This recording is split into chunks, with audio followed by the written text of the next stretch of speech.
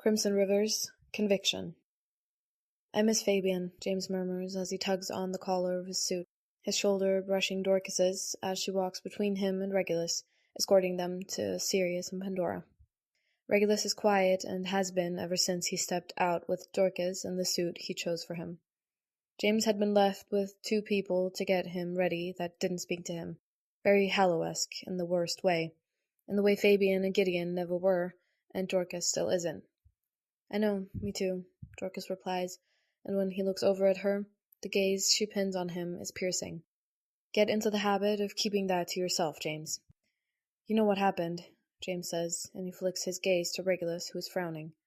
You saw our conversation in the arena, when we talked about it, I mean. Dorcas visibly hesitates and then shakes her head. They didn't air it, but I worked it out. Don't give me the details. Are you in danger? Regulus asks carefully. Oh, don't fret about me, my loves, Dorcas tells him with a gentle smile, something shifting in her eyes that James thinks is solemnity. I can take care of myself. All you need to worry about is getting through the interview, yeah? Will you be in the crowd? James mutters hopefully, because he would do anything for a familiar face to cling to. No, not this time, Dorcas says softly. They don't speak again, even when they reach the door. For a moment, they all linger there, and then Dorcas nods to James's hand and slightly reaches for it, asking for permission to touch him.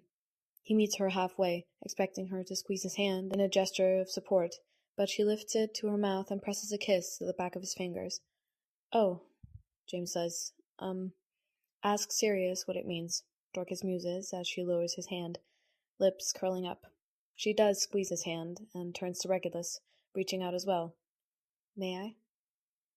Regulus visibly hesitates, then shakes his head. Dorcas doesn't seem insulted, just accepts the refusal with a silent nod, offering him a small, warm smile. Regulus doesn't smile back, but his face is just a bit softer, and something passes between them that James doesn't quite understand. It's fragile and sturdy at the same time.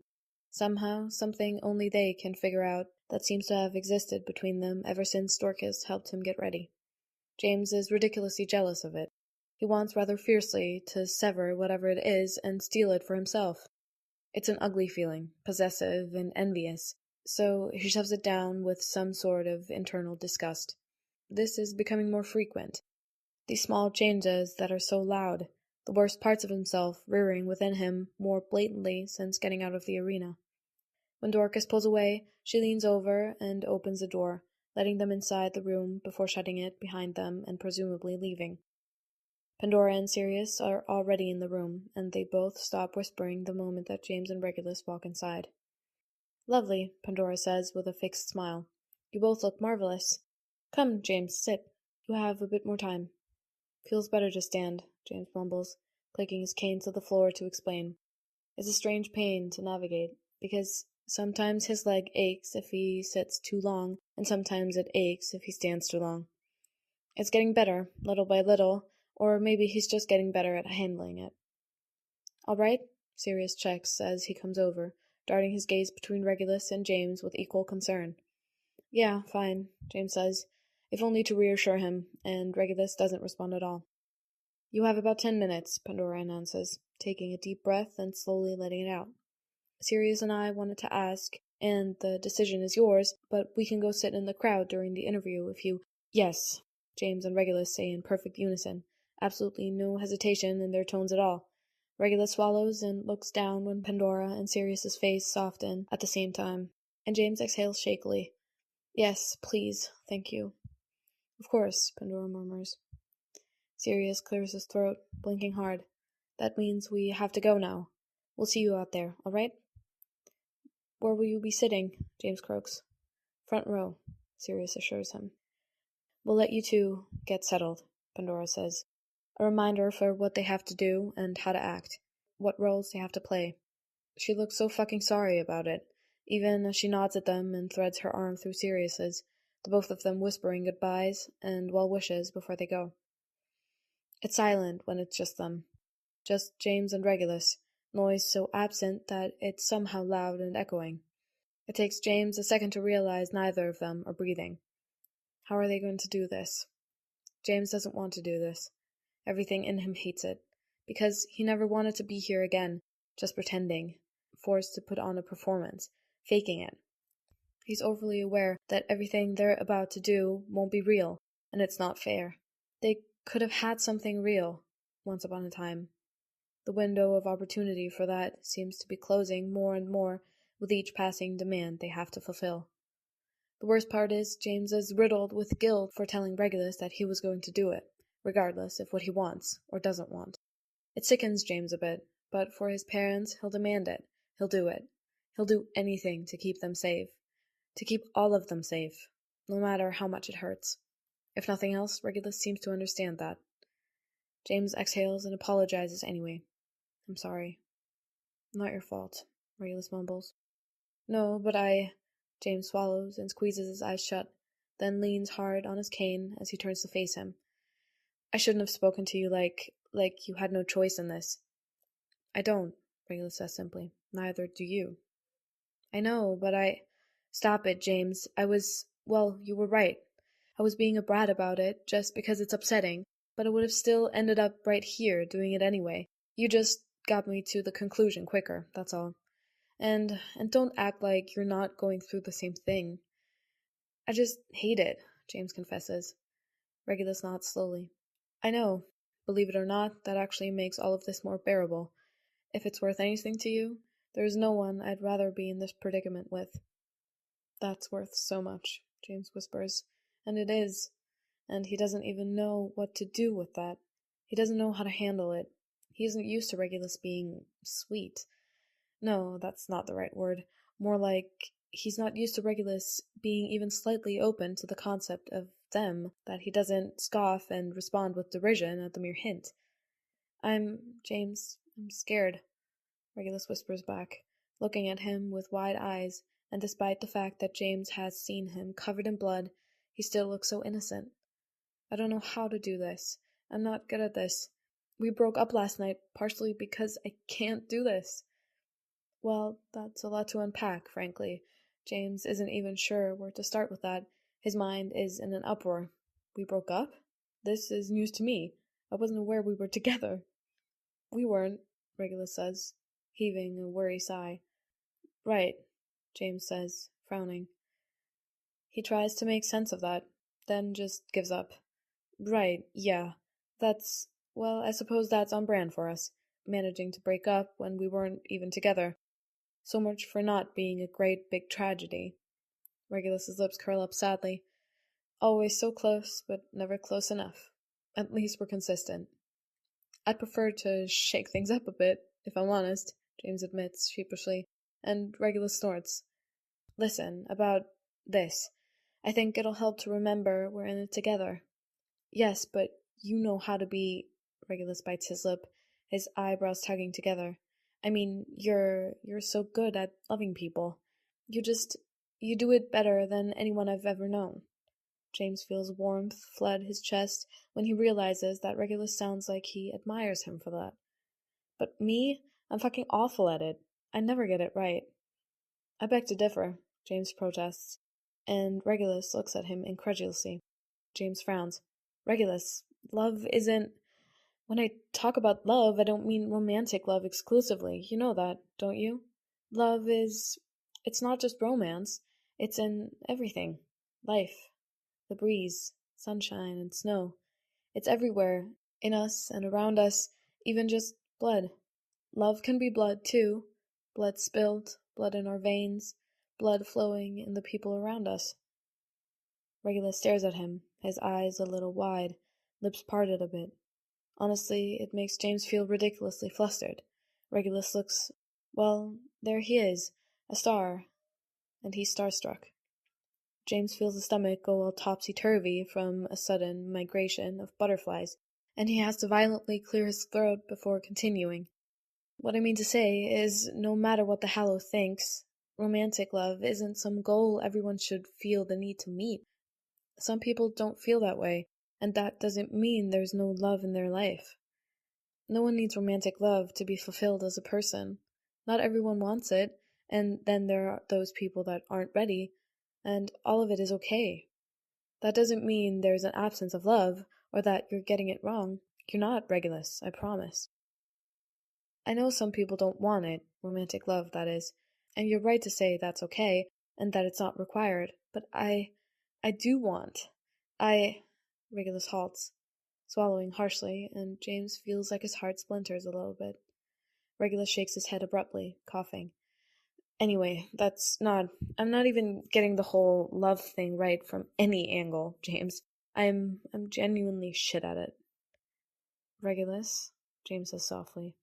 I don't know how to make people love me, Regulus croaks, and I don't know how to love properly in return. I think you're being too hard on yourself, James tells him honestly. Love isn't just something you say. More than anything, it's something you feel. If you feel it, then you're already doing it. And you feel it, Reg. I know you do. If for no one else, then for Sirius.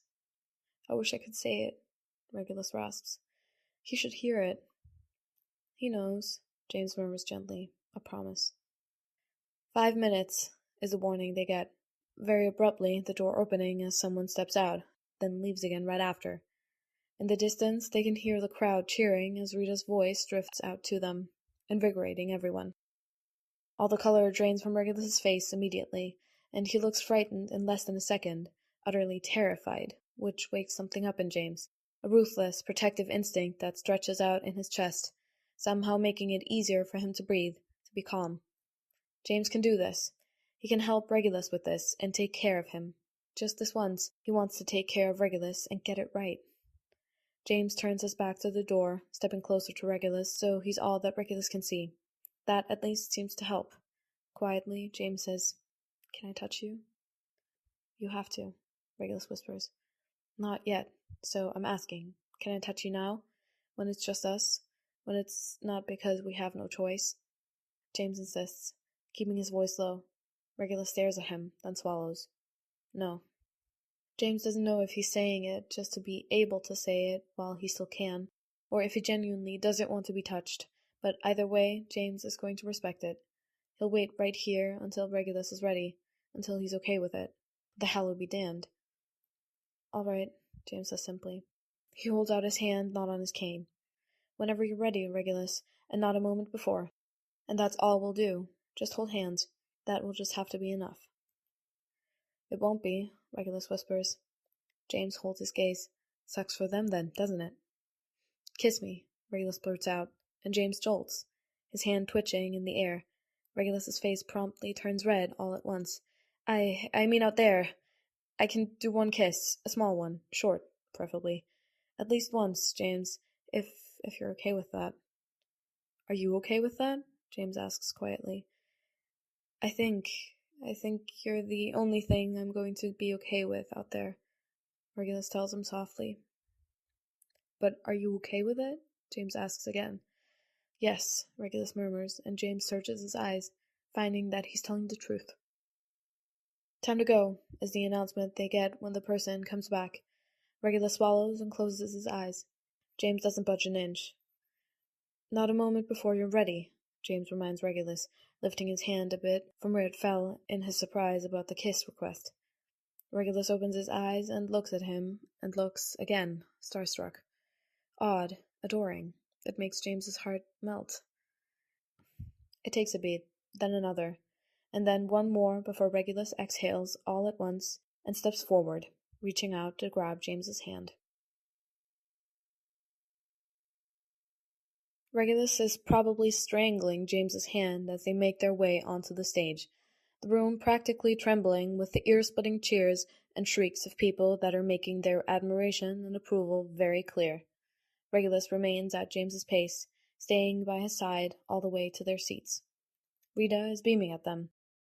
As the shrieks of delight die down, Regulus imagines slitting her throat, then struggles not to grimace at the thought. Well, Rita breathes out, I think I speak for everyone when I say it is an absolute delight to see you both again. The pleasure is ours, Rita, James replies, his most charming grin plastered right on his face. Regulus sees right through it, but James is still beautiful, even putting on a show, so that's who Regulus looks at. James. Just James.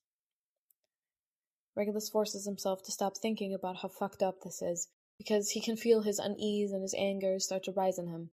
That's too risky here. He can't fuck this up. He can't be responsible for inviting more danger into their lives and in the lives of those they care about. Instead, he studies the way James's eyelashes kiss his cheeks when he blinks, committing it to memory. And here you are, with Regulus, Rita says. You fought so hard to get here. You both fought so hard. We were just fighting for each other, James tells her.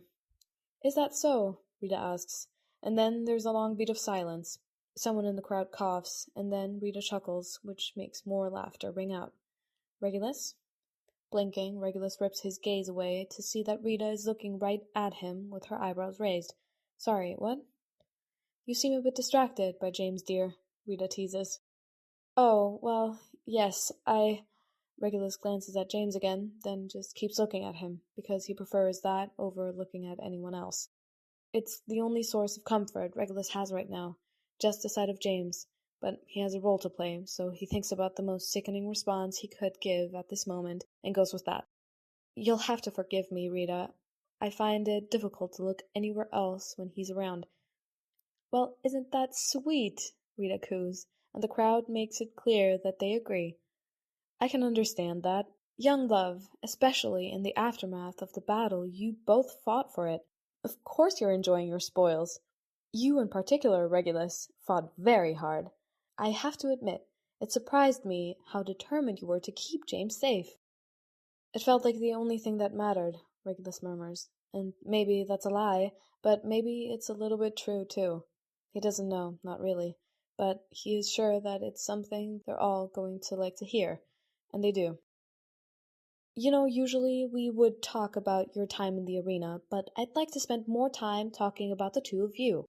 I'd say we're all intrigued by your story, because there's a lot more to it than we originally thought, Rita muses, and Regulus feels a rush of relief and fear at the same time. So let's get the arena stuff out of the way first, starting with you, Regulus. I want to talk about Evan. Right out of the gate, no hesitation, no pulling punches. And Regulus hates her. He hates her for this, because he isn't ready. He doesn't want to talk about Evan. He wants to talk to Evan. But Evan isn't here, and it hurts. It still hurts. Evan, Regulus croaks, his voice thick against his will as he finally turns his gaze away from James, just slightly. He finds Sirius in the front row, Pandora right next to him, and they both look completely neutral, as if at any second someone might look to them to see their reactions. Yes, Evan, Rita says, her voice gentle, but it's all faked. She doesn't care, not really. The saccharine lilt to her voice grates on all his nerves. You got close with him, and he helped you and James as well. I believe it broke all of our hearts when he died. It clearly broke yours. He was my friend, Regulus whispers, and even from here he can see the strain around Sirius's eyes, a mixture of pain for what Regulus went through and fear for what he's going through right now. Regulus swallows thickly and drops his gaze to his lap. He was my friend, and I will never forget him. His sacrifice will remain in my heart forever. The worst part is that it's true. You carved something into the tree next to him, Rita says, and Regulus feels his heart jump, because it's not good. It's fucking dangerous. He shouldn't have, but a part of him still doesn't regret it. Hollow is hollow. What does that mean? You know what it means, Regulus thinks. You all know what it means. All of you are hollow, carved out and empty, just shells of human beings, placeholders for all those who deserve to live when most of you don't. Evan should be here. You should all be dead. That isn't what Regulus says. He's been instructed on what to say, which is, his loss was felt by all, I'm sure. The hollow was hollow without him. As soon as he was gone that night, I know you all were grieving just as I was. As hollow as I felt when he died, I know you were all with me. It couldn't be farther from the truth, and again Regulus thinks, I'm sorry, Evan, I'm sorry. Very well put. It was tragic for us all, Rita declares, and the crowd makes soft, sympathetic noises of agreement. None of them have earned the right, and it takes genuine effort not to respond explosively. James grips his hand harder, like he's holding him still, reminding him to remain steady. There are other moments in particular that I'd like to talk about, as far as the other tributes. Mulciber, for example. You chopped off his hand, And I have to ask, what pushed you to do that? He made James flinch, Regulus replies simply. Rita's eyebrows fly up, which makes him very uncomfortable, but he doesn't let it show. I told him what would happen if he did that. He was warned. Well, you're not wrong, Rita agrees, looking delighted. And what about Irene? There was a moment, when she was telling James you were jealous of her. Were you? While you were carrying the bridge and I was walking back with her, James explains, when he's been quiet for too long, purely out of shock. Irene died in pain. He killed her out of mercy and sat with her until she was gone. And they care about if he was fucking jealous or not? Regulus has to take another second to keep from shouting at everyone, but he plays it off with a cough, trying to tug a sheepish smile on his face. Yes, well, jealousy is a bit of a character flaw, I suppose. I'm not immune to it. So, some part of you must have relished in being the one to officially kill her, yes? Rita asks. Regulus struggles with this, genuinely stunned. He knows what they want to hear, but he can't do it. He can't. No, I think by the end, I was just... He knew deep down that she posed no threat to our relationship, James swoops in with ease, and Regulus squeezes his hand in thanks. He has nothing to worry about in that regard. No one else even compares. Again, the crowd eats this up with relish. Yes, but you did seem to flirt with her, Rita points out, flicking her gaze between them like she's trying to poke holes through the relationship. After all, when she insinuated that you two would have fun together, you agreed, didn't you? I did, James admits calmly, approximately 5 seconds after informing her that I wasn't interested, because the only person I'm interested in is Regulus. A loyal man, we love to see it, Rita comments with a sharp smile, and Regulus has to go back to looking at James so he won't just fucking lunge for her. Humans are so frail, really. He could snap her neck in seconds. Why don't we talk about you now, James? Let's start with Vanity. Regulus feels James go rigid next to him. His smile is frozen on his face, and there's pain blooming in his eyes that can't be hidden. And Rita, oh Rita. Rita's days are fucking numbered. Vanity, James breathes out, trying to shove down the urge to vomit. He doesn't want to do this. He doesn't want to be here anymore. He never wanted to be here. He can't do this. Regulus abruptly lays his head over on James's shoulder, pressing closer and quite literally just snuggling up to him while the whole world is watching. He's squeezing James's hand over and over, and James gets a brief moment to breathe as the crowd responds happily to their display of affection. It was more than James was expecting from Regulus, and he knows Regulus is doing it to try and help. James is so grateful for it. Rita lets it happen, even if it seems to agitate her, and James forces himself to take control of the situation before she can. Yes, Vanity was a hard loss, James announces, and the crowd dies down immediately. I can only hope that in her last moments I brought her a sense of comfort. Knowing her for the short amount of time that I did was one of the best things that's ever happened to me, and, like Regulus with Evan, I'll never forget her, and I'll carry her in my heart forever. James tries to figure out if that's true or not. A part of him feels like it is, because he doesn't regret knowing Vanity, but at the same time, he's still so fucking devastated by her death. He wishes he could have saved her. He wishes... It was so sad that Hodge killed her. A boy she fancied, too, which makes it so much more tragic, Rita muses, clicking her tongue. Is that why you killed him, James? To avenge her?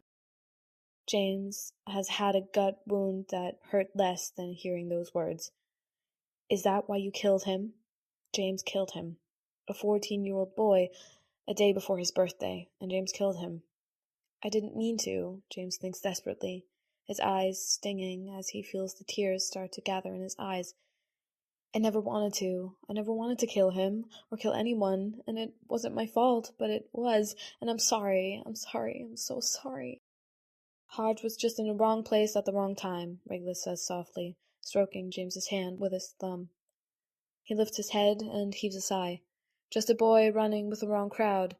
What happened between him and Vanity was tragic, but I don't doubt that having James with her at the end made her feel safe and loved.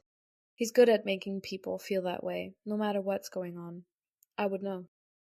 Wrong place, wrong time. Yes, I'd say so. Rita nods and folds her hands on her crossed legs. I can tell you're eager to talk about the love between you. Don't worry, not too long now. There's one more I'm eager to talk about. Peter. Peter, James repeats, feeling numb. Rita hums. See, you and Regulus didn't get to witness everything Peter did, not as the audience did. Not only did he betray all of you, which led to so many people dying, but he actively sought out Bernice and Axis after the rule change. You may not know this, but he went to them. He chose to be a Death Eater.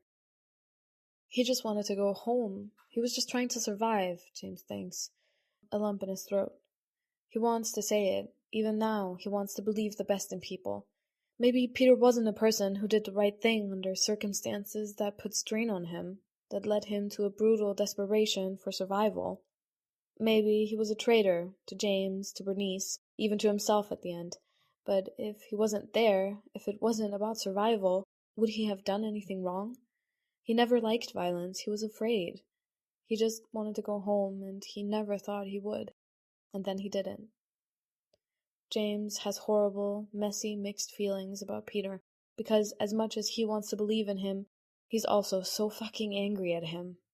He did betray James. He betrayed them all. James would have never done that. He would have died first. But he was always willing to die for the right reasons, wasn't he? Peter?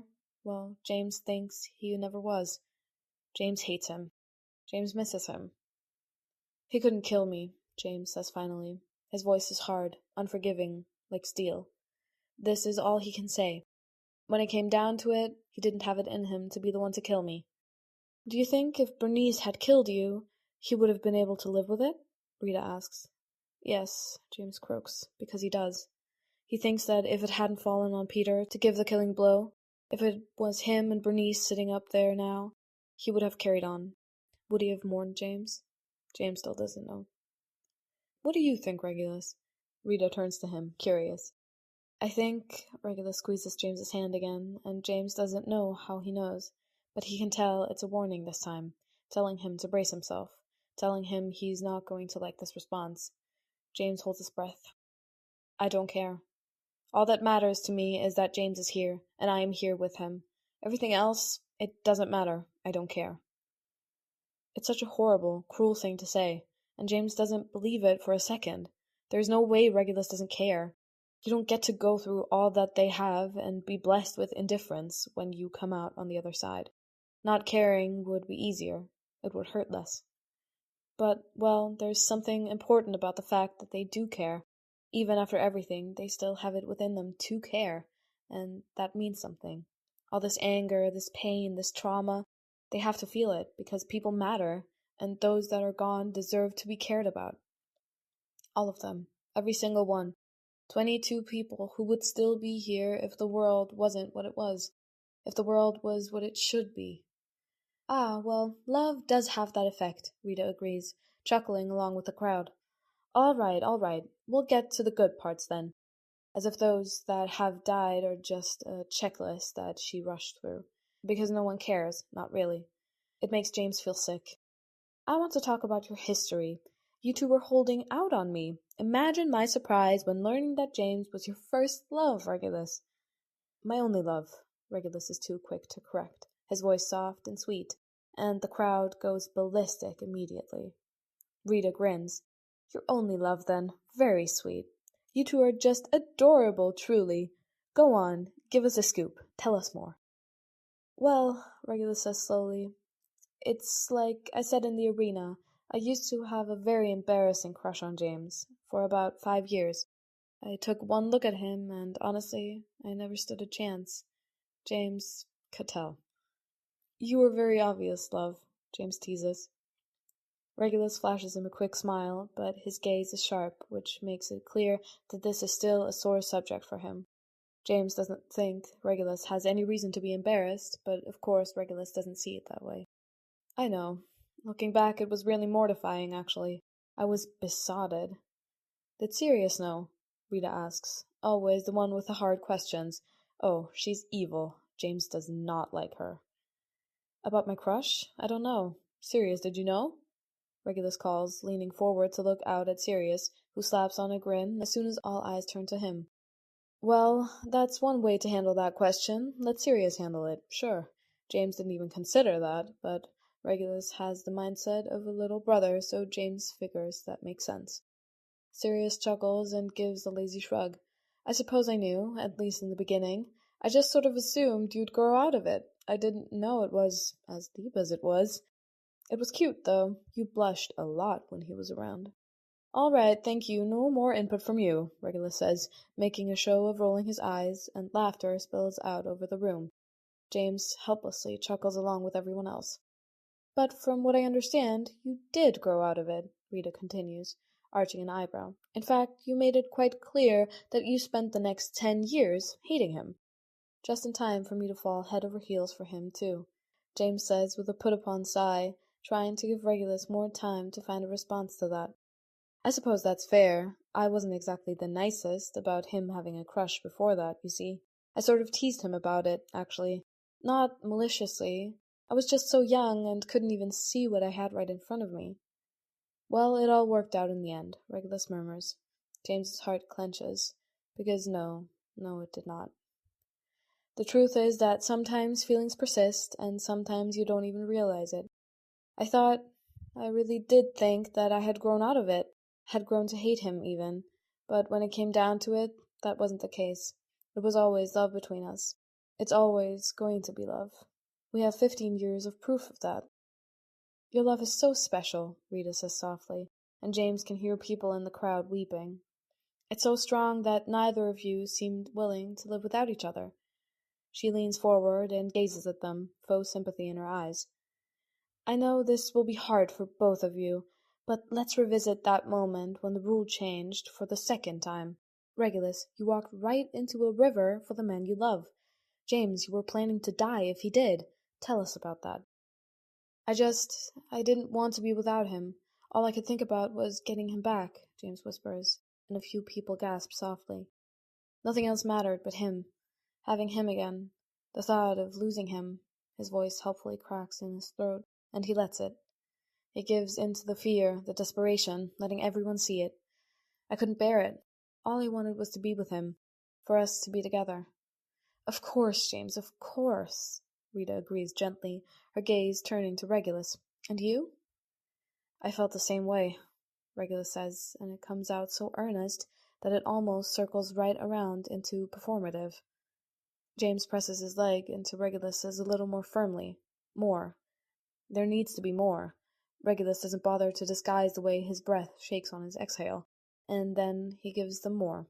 Plenty more. It felt like I was dying because he was. I just wanted him to be okay. I realized that there was no home without James. He's my home. So I would never have a home if he died. I didn't want to go on without him. The crowd is a mixture of soft sighs and soft sobs, but James swivels his head to look at Regulus, who is already looking at him. James doesn't mean to, but he finds himself searching Regulus's eyes, those eyes of his. James knows them so well, and he can see the truth in them. Regulus wasn't lying. James lifts his hand carefully to cup Regulus's jaw, and Regulus doesn't hesitate to turn his face up into the kiss that James very gently brushes over his mouth. It's innocent, sweet, really, barely even there, and it only lasts seconds. The crowd still goes wild. Rita draws back, looking pleased. Well, you two are just lovely, aren't you? We love your love, don't we? She laughs and looks out at the crowd, everyone absolutely losing their minds in support and delight. It baffles James that they could be so invested in romance, so moved by love, yet so indifferent to death, to pain, to all that's wrong in this fucked-up system only they benefit from. Rita quiets the crowd, then focuses back on them, beaming. So I suppose my next question is one we're all eager to know. What's next for you two? Regulus's voice is soft, so soft when he says, I think we'll go home and share a bookshelf and dance late at night by a fire and make up for a lot of lost time. James's eyes flutter shut as he listens to Regulus describe the other life they never got to have, the one where they're not a great big tragedy. For 1 second, he lets himself pretend that's what they're going to do, wrapping the comfort of it around him like a blanket, even though that's not what's next for them. It should have been. They deserved that, after everything, and yet it's not. Just because it's not what comes next doesn't mean that it's not in their future at all, though. Maybe one day they'll get there. Maybe.